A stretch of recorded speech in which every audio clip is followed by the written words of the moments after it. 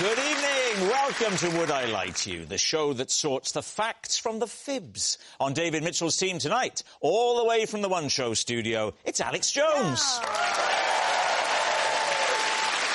And he's the Crime Watch copper-turned-scam interceptor, Rav Wilding. And with Lee Mack tonight, stand-up comedian and star of Scared of the Dark, it's Chris McCausland. And a comedy actress and bona fide national treasure. Oh. Say hi to Su Pollard. Thank you. We begin with round one, Home Truths, where our panellists read out a statement from the card in front of them. To make things harder, they've never seen the card before, they've no idea what they'll be faced with. It's up to the opposing team to sort the fact from the fiction. Chris is first up tonight. All these years, I have been pretending to be blind. If only. Lee, would you read that for me, please? Every night, I use an unusual technique to make sure I wake up on time in the morning. Ooh. All right, David's team. OK, so what is the unusual technique? The usual way of making sure you wake up in the morning at the right time would be to set an alarm clock. Yes. Yes. Yeah. I've heard of that. OK, So, and you do something different. Well, we don't need to know what. I think we'll go true. What I've done is I have trained my brain to wake itself up. No, you haven't. At the right time. By doing what? When I'm lying in bed, I will bang out the time on the pillow with my head. Right. Saying the hours for the time that I want to wake up. Yeah. And that subconsciously programs the time. Chris? Yes. Are you all right? And how accurate is this? 50-50. Where did this idea come to you from? I read it in a book. What was the name of the book? The book was called Last Man Standing. It was a fictional book, David. It was a fictional book from which you were taking lifestyle tips. Well, do you know when you read something and it sticks in your head as an idea to try? This may help you, David. Give us a demonstration, if you would, of the severity of the headbang. You're settling down at the end of the night. OK, Lee, I'm going to turn around a bit and use you as a pillow. All right. Oh, so I'm in bed. Put my arm there, yeah. Oh, my pillow's firmer than that. So I want to get up at 7:30 in the morning, so I'm like, I go 1 o'clock, 2 o'clock, 3 o'clock, 4 o'clock, 5 o'clock, 6 o'clock, 7 o'clock, and if I want to get up at 7:30, I go 7:30.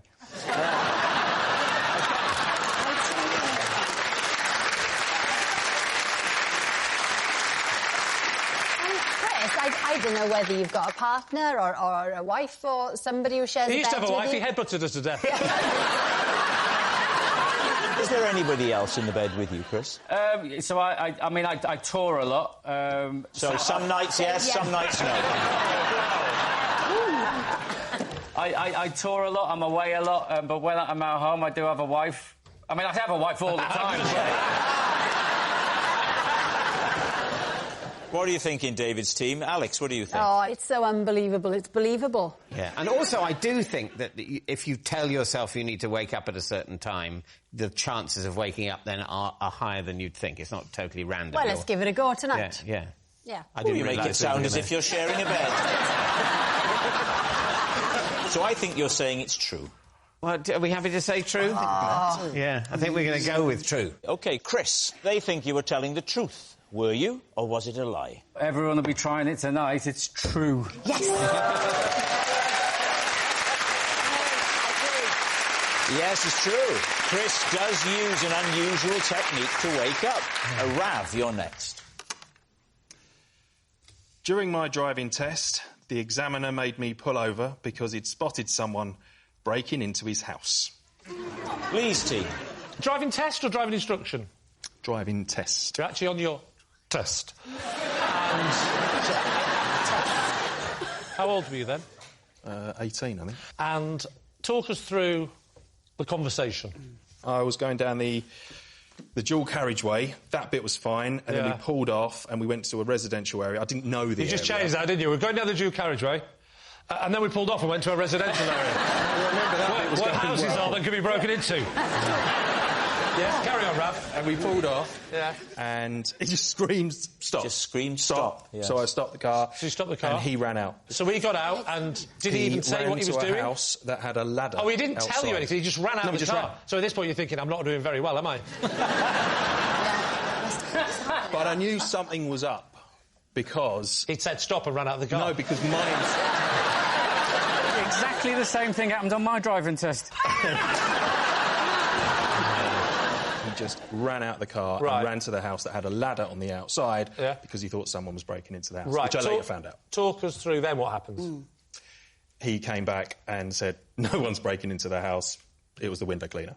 I've got a question for you. That house must have been empty, otherwise he wouldn't have been so panicky, correct? Quite possibly, I don't know. Where was the window cleaner getting the water? An outside tap? I All right, what are we thinking? Sue, what do you make of this? Well, you see, I'm just thinking the examiner could have actually liked the look of that house and said stop and dashed up because he probably thought, I just want to see if there's anything worth myself burgling. Oh, you thought he was a burglar? Yes. So you thought my examiner turned burglar? There's an angle we hadn't thought of. Yes. Did he have any jewels when he came back? Yeah. I like the way Sue thinks our job here is to develop the story. Sue, I could see you and Rav, prime-time BBC One, as a new crime-fighting duo. He's very much the traditional copper, but you think a little bit outside of the box. Oh, I'd be like Sister Boniface. Who's Sister Boniface? She's a nun who's a detective. What channel's Sister Boniface on? 20. Channel 20. Channel 20. Channel 20 or Sister Boniface, but this is... I'm going to write this down. What do you reckon, Chris? So do I think that Rav had to stop his car in a driving test because the driving instructor saw a man on a ladder at his house and thought it was a burglar, but it was the window cleaner? Yes, I do. You think it's true? Wow. Susan Pollard. Oh, dear. I'm going to go... it's... What are you thinking? I'll help you with your dilemma. Well, you've been hopeless so far, you're not giving... You think out loud, Sue.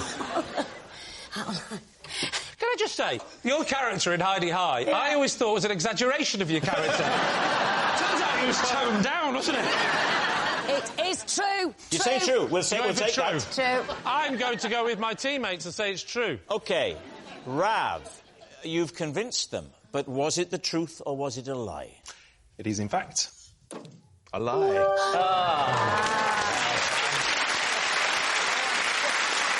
Yes, it's a lie.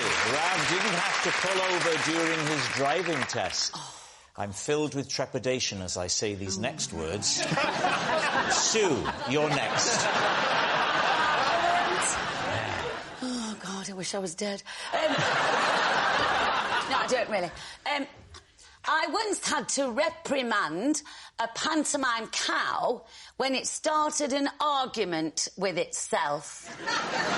David's team. OK. Right. Which panto, Sue? The clue is pantomime cow. Yes. So just deduce how many pantos that you can remember the title of, and that would help you to get... Jack and the Beanstalk. Yes. She's turned the tables on her. Yeah, we helped her, yeah. And what happened? I was Jack. You were Jack? Yes. Was this when you were already known? Yes, I suppose, yeah. In people's houses, not burgling, with no steps. Like the ladders. Oh, do you remember the good old days of entertainments when there was no steps? Oh, they're a great group. I was just did it for comic effect. Yeah, but that was all right, but nobody laughed.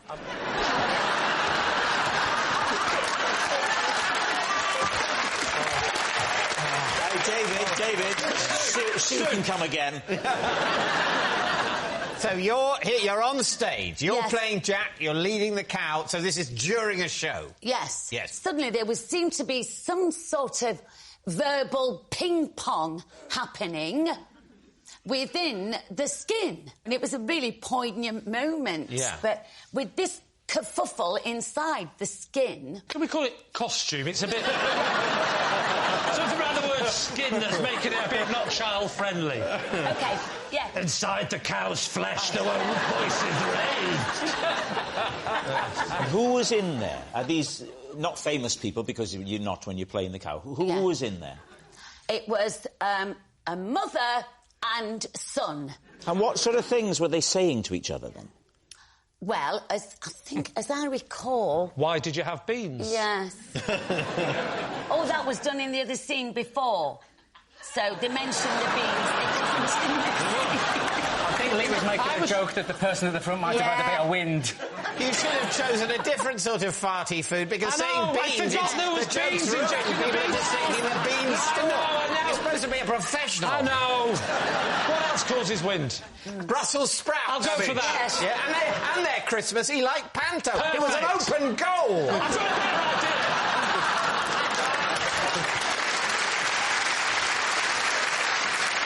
The verbal ping-pong started with the mother saying, "You're not bringing her round to the house again." Oh. Really? Yes. Wow. Yes. So she's chosen this moment in the middle of your poignant scene to bring up a difficult issue about the son's current relationship. Yes. This is a more gripping piece of drama than anything about the cow and the beans. Rav, what do you make of this? No, I'm not having it at all. It's a lot on the line when you make a decision, because, of course, being an ex-policeman, well, we are going to judge you and your are. ability to read people, aren't we? Yeah, very much and you so. don't believe her? No. Maybe the reason Rav left the police force is he could never tell when anyone was lying. Alex, what about you? Oh, see, I love you, Sue, and I think this is absolutely something that could be true. It's also very realistic. There's beef going on in the cow. Very good. We're going to go true. Saying it's true. Well, Sue, they think it's true. Was it true, or was it a lie? It was true. Well done. Our next round is called This Is My, where we bring on a mystery guest who has a close connection to one of our panellists. This week, each of David's team will claim it's them that has the genuine connection to the guest. It's up to Lee's team to spot who's telling the truth. So please welcome this week's special guest, Raymond.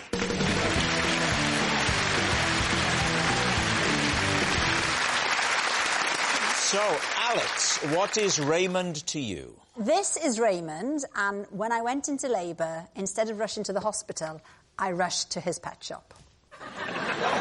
Rav, how do you know Raymond? This is Raymond, and I cost him the £250,000 question on Who Wants to Be a Millionaire. Oh.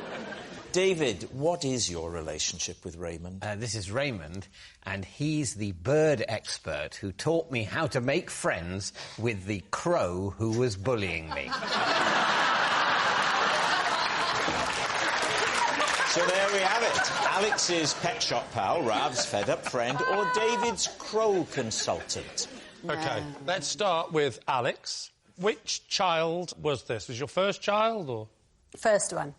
I was having contractions, and it was time to go to the hospital. I'd put it off, but as we were about to leave the house, I saw my hamsters. Right. And they didn't have any of the chewy sticks that they loved left. And I know I'm going to hospital, potentially for a few days. Right. So I thought, I'm going to have to stop by the pet shop to get some new sticks. Well, you have a husband. Yeah. You know what the next question is. Why didn't he go and have the baby and you go and get the sticks?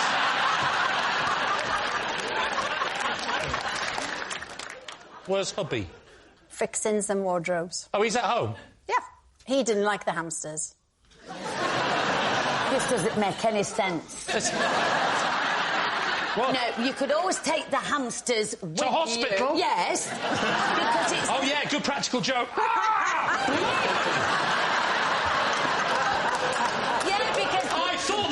have big cheeks? Yeah. No, but they could be classed as a support. Support pet. They get very funny about rodents in hospitals. Yeah. You said that Charlie was fixing wardrobes. Yeah. Priorities is a word that's coming to my mind. He's very strange, Rob. He's not Welsh, is he? Well, this is the mistake you've made, Alex. This is you've weakened the bloodline by going with one of these English. What do you expect to happen? I looked, Rob, and I couldn't find one, and then I settled, and this is where we are. Yeah, but Roland, actually... Raymond. Raymond. I'm so sorry, Raymond. You seem nice. Are you married? He's not allowed to speak. Oh, yeah, but he's got a lovely smile and he's dying to break out. No, he could have taken the hamster's treats with him, you know, to your house for the hamsters. It's not Deliveroo. I mean... Very hard to walk into a pet shop, buy 2 little sticks that are probably 30p each and go, I'd like them delivered. Right, who would you like to quiz next? Rav, so you were on Who Wants to Be a Millionaire? Raymond was on. I was the phone a friend. Oh, you were the phone a friend? I was the phone a friend, yeah. Was it the celebrity version of Who Wants to Be a Millionaire? No, it was just the normal one. This is years ago. Years and years So this was before your television days? Yeah, I'd never been on telly then. But also, I think even in the celebrity one, it's the people on that are celebrities. not the people... Because it's not getting the best out of a celebrity, it's just having them on the phone.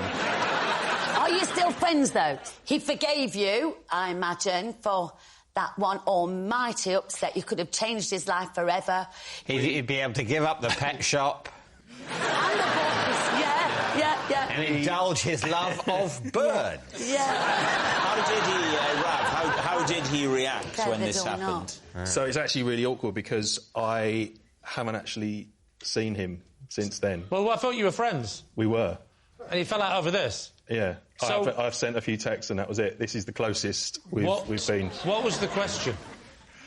It was, who is the first director to win 2 Best Director Academy Awards? And when they phoned me, it was a 50-50, so there was only 2 left. And who were the options? Steven Spielberg and Oliver Stone. Imagine I'm phoning you, Lee, and they've asked me that question. Lee, it's Rob. Hi, Rob. Hi, I'm on Who Wants to Be a Millionaire, and I got to phone a friend. David wasn't in, so this is the question, right? Who was the first director to win 2 Best Director Academy Awards? Now, the choices are, and think about it, Lee, Oliver Stone or Steven Spielberg. Yeah, sorry, Rob, you said the choices are... It's actually the options are... You only have 1 choice, you have 2 options. Sorry, Rob, have we run out of time? Bye.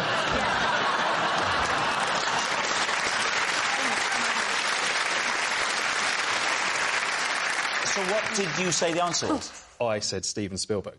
Right. And I thought that was the correct answer. And it's not Spielberg. It's not. Give us an example of the kinds of messages you sent him afterwards to try and make, you know, mend bridges. Well, I actually... first of all, I just said I'm so sorry. I thought it was right. Got 2 ticks and nothing more. How long ago was this? 2001. 2001, you got 2 ticks. 2 ticks. In 2001, you got 2 ticks. BBM. What? BlackBerry Messenger.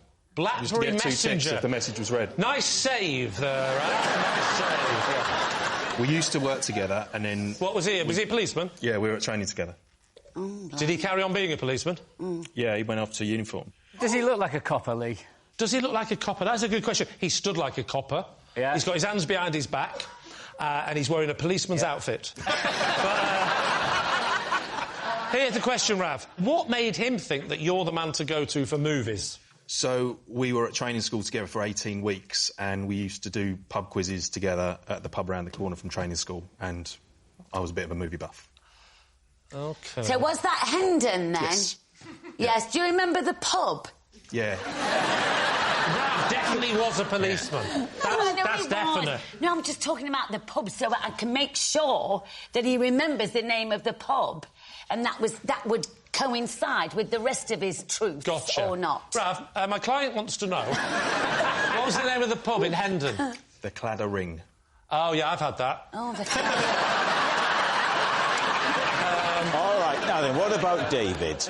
OK. David and the crow. Right. What was the crow doing to you that you would say constituted bullying? Well, it was flying at me. Right. And was your wife still covering your face in seeds? No bird food had been applied to me by my wife. I was just Please just use that in the trailer. Yeah, I was going... But I would leave the house and it would fly towards me, and on a couple of times it sort of slightly hit me in the head. Do you think it was trying to attack you? Yes. Why? Well, Why you? Because it hated me. How often did the crow attack you? Most days when I left the house, it would attack me. So we were talking over what period? Over a period of about a week to 10 days. How does Raymond come into the story? Well, he's the crow. No, he is from the RSPB. He came round to see what was going on. Did he witness it? Yes, he saw that... Yeah, he waited for you and the to... thing he's told me is that crows are very intelligent birds. Right. And they recognise people. Oh, they watch telly, do they? These Exactly. crows? So, and yeah, turned out the crow hated Peep Show. So, and he said, "You've probably done something to sort of threaten or upset it without realising it." Had you? Well, the only thing we could think of... When you tried to shoot that crow? ...is that he said that the crow was nesting in the sort of eaves of the house, and there's a sort of creepery thing getting in the way of a window, and I'd hacked it back a bit. And he said, well, maybe it was that. And this has enraged the crow, and so he's going to go for you until he's driven you out of the house. So what did you do then? We moved house. But seriously, because you said it happened over a week to 10 days. Yeah, what he said is what you need to do is curry favour with the crow, putting out little treats for it, and it worked. What was the treats treats did you give to the crow? Nuts. Nuts. But the crow's got to see you doing it. Otherwise, the crow just thinks they've cleverly found their own nuts. I hope this is true, because that's an image, isn't it? If you go, now I've got you some nuts, look at him. All right, we need an answer. So, Lee's team. Is Raymond Alex's pet shop pal, Rav's fed-up friend, or David's crow consultant? I mean, why wouldn't a crow want to attack him? You can just imagine leaving in the house, can't you? Goodbye, goodbye. Hello, everybody. Hello, world. Hello, trees. Hello, world. Hello, Mr. Crow. I'm not a children's character. But you know what? If it's Rav, why on earth would you invite him in a roundabout way to a show that you happen to be on? Because after he lost £250,000, he'll do anything for 50 quid and a free hotel. Ravi's, you've just gone... What does that mean? Body language. Oh, do you know about body language? Yeah. What does that mean? The liars go like that, or they sometimes go like that. Do they? Yeah. That's a bit of a get tell, isn't it?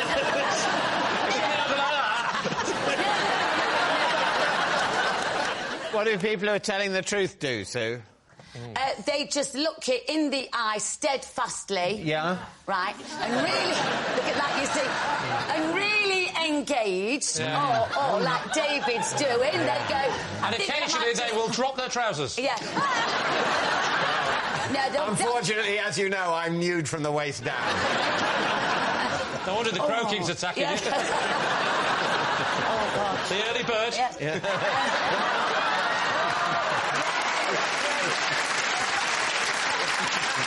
OK, Lee, time to go for a guess. I think it's feasible that it is David. You're going for David. Chris, you're going for... Raymond. No, Rav. No, he's not allowed to speak. What are you saying, Lee? I think it's Rav. So you're saying it's Rav. Raymond, would you please reveal your true identity?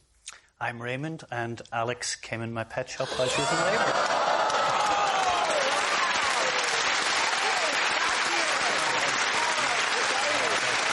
Yes, Raymond is Alex's pet shop pal. Thank you very much, Raymond. Oh, thank you. Raymond was fabulous. Which brings us to our final round, Quickfire Lies, and we start with... It's Sue. I never go anywhere without a party blower. True. Now, a party blower, do you mean one of those things that unfurl? It goes in the mouth, Yeah. usually, and then it has a curly end. Yeah. And you go, you blow as hard as you can, and it makes a noise. How long have you been doing this, Sue? 30 years. 30 years. Because it's a joyful thing. And also, you'd be surprised how many people like a blow, and there's nothing there. Yeah. How many do you go through in a year? Probably about over 200 200? a year. 200 a year? Absolutely. Do you carry anything else unusual around with you? Well, yes, because I do like tomatoes every day. I like a tomato because whenever you go to a restaurant, you know what it's like. And you They say, never have tomatoes. No, they don't. It's always just a green salad, and it's so dull. I think the tomato would get squishy. No, but you didn't ask me where I keep the tomatoes. Where do you keep the tomatoes, Sue? Well, just whenever I can find a spare, thing that I can put it in. I'd say, having teed up the question, where do you keep the tomato, you then gave quite a disappointing answer. You know what? I believe the party blower, but I don't believe the tomato. To be fair, that's not part of the card. The card, I but think... by the strict rules of the game, all of the things expressed around a truth must be true. Well, that's very true. Yeah. Are you telling the truth about the tomato? The tomato story is... Wait! Just asking you if the tomato bit was true. There's no need to press your button yet.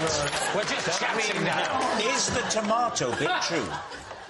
Yes, it is. So you're sticking to your story, the tomato and the party blower.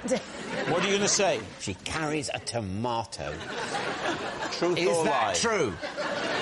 Yeah, it is true, isn't it? I think it is. Yeah, it's true. You're going to say true? We're going true. OK, Sue, they've said it's true. So, were you telling the truth, or was it all a lie? I was telling the...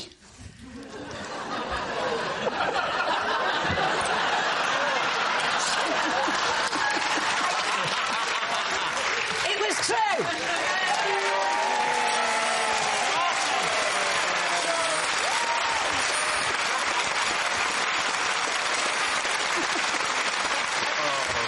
It's true. Sue never goes anywhere without a party blower. That noise signals time is up. It's the end of the show. I can reveal that Lee's team have no points and David's team have 5 points. Thanks for watching. We'll see you next time. Good night.